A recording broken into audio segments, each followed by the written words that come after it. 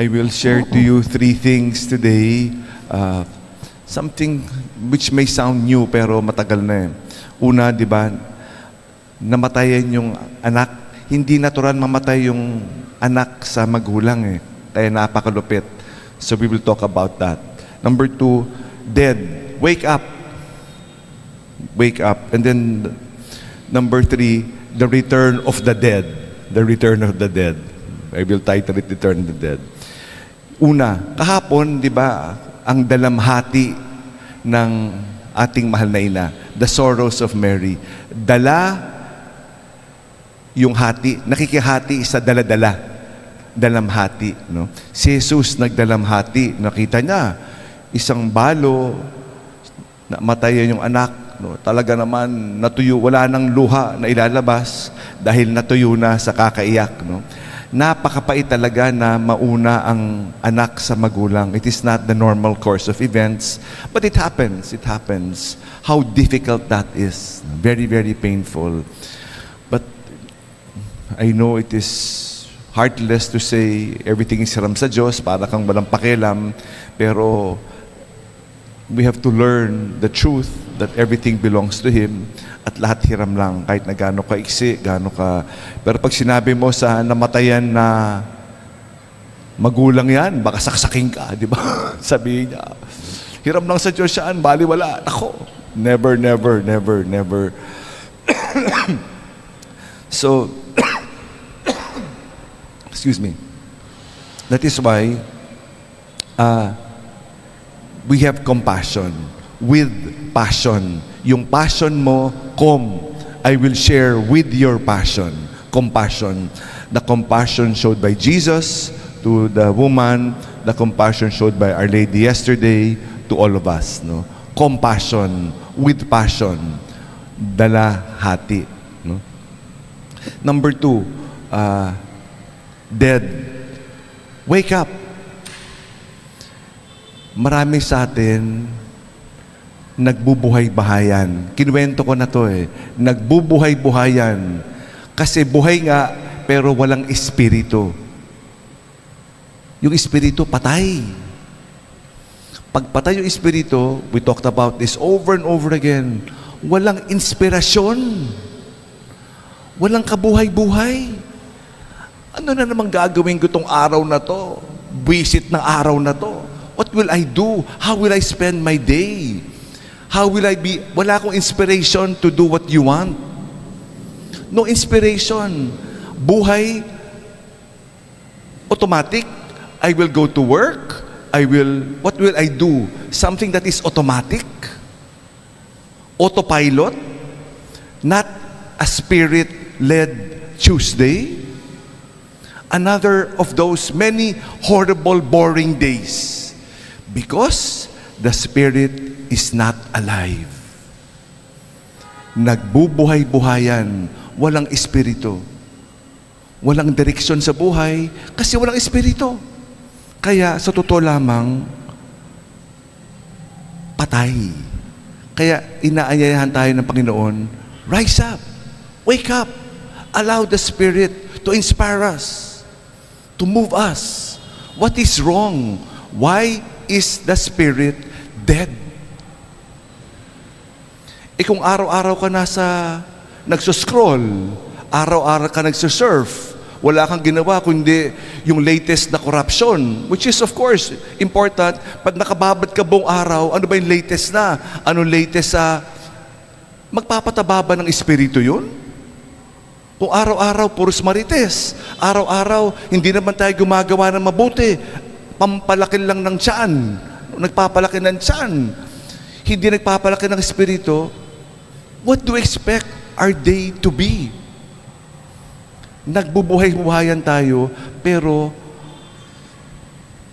if you're not spirit-led, ang maabot natin, ganyan. If you are spirit-led, nako! You cannot imagine. You cannot imagine if you are spirit-led. Pero kung we are led by the physical or the material, hanggang dyan lang maabot natin. Kahit na gaano kalaki yan, hanggang dyan lang yan. Because it is for our own benefit, but not for the benefit of others. Number three, the return of the dead. What is the return of the dead? Nakakatakot to eh. The return of the repressed. Meron tayo mga repression, tinago ko, mga trauma. Pag hindi natin to na plansya, baka bumalik. Kunyari, ano bang trauma ang gusto natin pag-usapan? Di ba? Fear of heights, fear of water, mga trauma ng bata. Pag hindi yan na plansya, baka bumalik eh. Kunyari, may Alzheimer's. Hindi mo alam, Alzheimer's, pero bumabalik yung mga trauma ng bata. Pag ikaw nasa kama na, bumabalik in the unconscious. The return or the reappearance of the repressed. Ano ba yung mga tinatago-dago natin? Gusto ko na burahin. Wala na yan. Totoo, wala na yan. Gusto mo lang limutin. Gusto mo na ibaon sa lupa, ibaon sa limot. Pero kung hindi natin aayusin yan, baka lumutang ulit. Lumutang yung bangkay na tinayo, binuon mo sa lupa, baka lumutang. Pag lumutang yan, at hindi tayo handa, may sakit na tayo, mahina-hina na tayo, at bumalik yan, naku, ano kaya mangyayari? Total, nung linggo, triumph of the cross.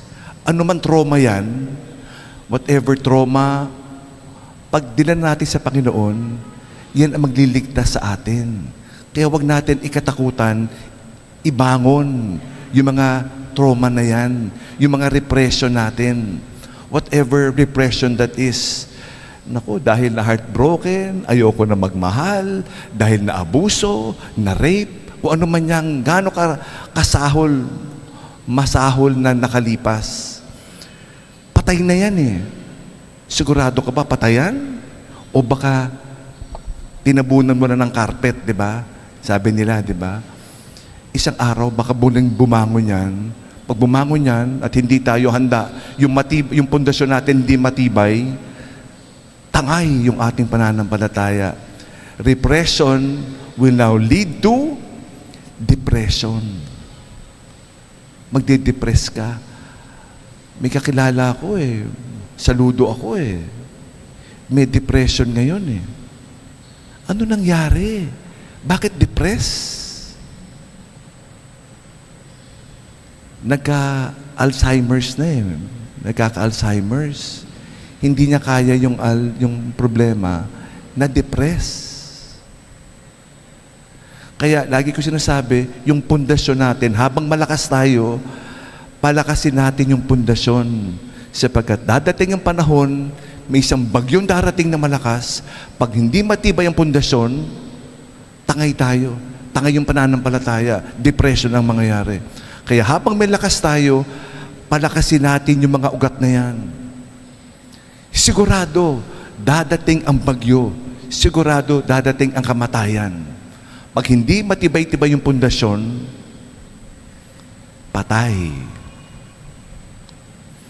So we ask the good Lord to help us, to the three martyrs and our patron today, to help us. Makidalamhati, gumising, wake up. And let us, yung mga nirepress natin, let us befriend it.